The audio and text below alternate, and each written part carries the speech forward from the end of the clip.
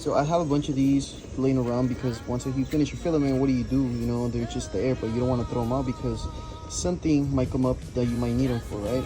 Well, let me show you what I'm gonna use them for today. I'm gonna continue to work on my Wolverine mask. I got some sandpaper here. I got my face mask because safety first, right? This primer, spot muddy. This is actually pretty smooth. It's just the bottom part, the inside of it, and a little bit right here. We're watching Deadpool because we're prepping. I'm gonna go see Deadpool.